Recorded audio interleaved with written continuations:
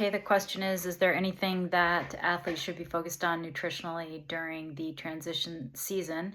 And I'll start by saying I'm not a dietitian, I'm not a nutritionist, so none of this is, you know, take this with a grain of salt. I do work a lot with athletes and I have thoughts and opinions, and ultimately that's why you're here. So I need to put that disclaimer on, but at any rate, because this is a lower stress period of time for the body without the heavy load of training, you know if you have specific nutrition goals or things you want to work on, this is a good time to kind of explore and maybe mess around and change things a little bit.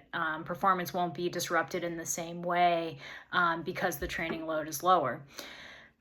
So if you don't have specific goals with your diet, focus on the basics. That's going to be, adequate protein to support recovery. You can examine your micronutrient intake.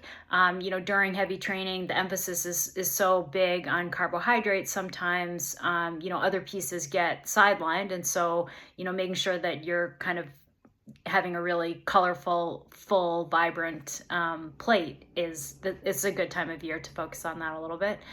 This is also a time of year when people get sick a lot more frequently, and so focusing on immune supporting foods is a good idea, as well as just making sure that you're eating enough to kind of help prop up your immune system. But like I said, it's a good time for small experiments.